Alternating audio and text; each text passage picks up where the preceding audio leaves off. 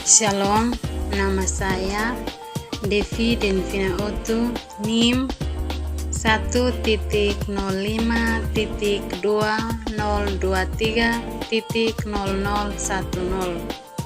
kelas A, semester 1, program studi pendidikan penyuluh agama, mata kuliah sejarah gereja umum, tema cerita gereja kuno 50 sampai 590. Di sini saya akan menceritakan tentang Kaisar Agung Totana bertobat dan akhirnya mengakui gereja. Pada suatu masa di kerajaan Totana terdapat seorang Kaisar Agung yang begitu menjunjung tinggi kekuasaannya. Ia adalah seorang penguasa yang terkenal kejam dan berkuasa mutlak. Kaisar Agung ini tidak hanya menguasai politik dan militer, tetapi juga menentukan hukum dan agama yang harus dianut oleh rakyatnya. Di masa itu, gereja adalah otoritas spiritual yang berperan besar dalam kehidupan masyarakat. Namun, Kaisar Agung Totana tidak mengakui keberadaan dan kekuatan gereja. Ia merasa bahwa gereja hanya mengganggu kekuasaan mutlaknya dan bertindak sebagai rival yang mengancam posisinya. Tidak ada yang berani menentang Kaisar Agung karena mereka takut akan kekejaman dan dendamannya.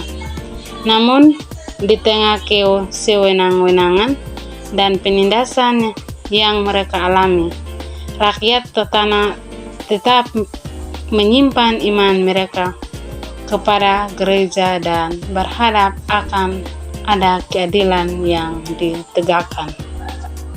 Suatu hari, Kaisar Agung Totana mendapati dirinya jatuh sakit parah yang mengancam nyawanya.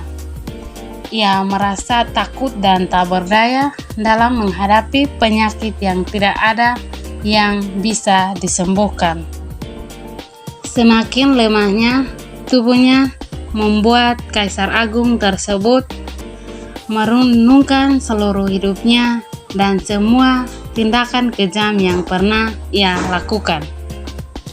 Pada malam itu, Kaisar Agung bermimpi tentang gereja dan seorang Tuhan yang muncul di hadapannya. Tuhan tersebut membawanya ke masa lalu, kepada semua perbuatannya yang jahat dan tak bermoral. Ia melihat dirinya sendiri menghancurkan hidup rakyatnya, mengabaikan kesakitan mereka, dan melanggar prinsip-prinsip moral yang ada. Di hadapan pandangan itu, Kaisar Agung merasa sangat menyesal. Ia menyadari bahwa kekuasaan dan kekayaan yang ia peroleh tidak dapat membawa kebahagiaan dan memenuhi hatinya. Setelah bangun dari mimpi itu, Kaisar Agung merasa seperti diberikan kesempatan kedua oleh Tuhan. Ia merasa terpanggil untuk bertobat dan mengakui kesalahannya kepada Tuhan dan gereja yang selama ini ia tolak.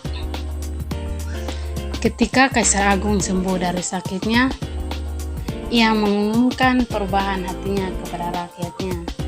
Ia mengakui gereja secara terbuka, membatalkan larangan-larangan yang ada, dan bertobat dari semua tindakannya yang jahat.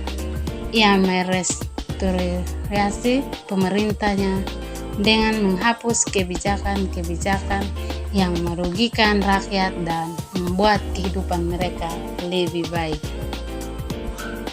Gereja pun merespon dengan penuh kasih dan menerima pertobatannya dengan tangan terbuka.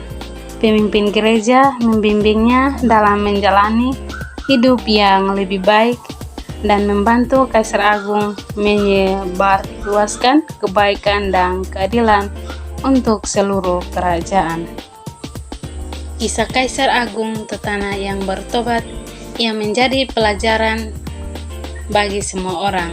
Ia telah melihat langsung dampak buruk dari kekuasaan tanpa batas dan menerimanya kenyataan bahwa manusia butuh pedoman moral dan spiritual untuk menjalani kehidupan yang layak.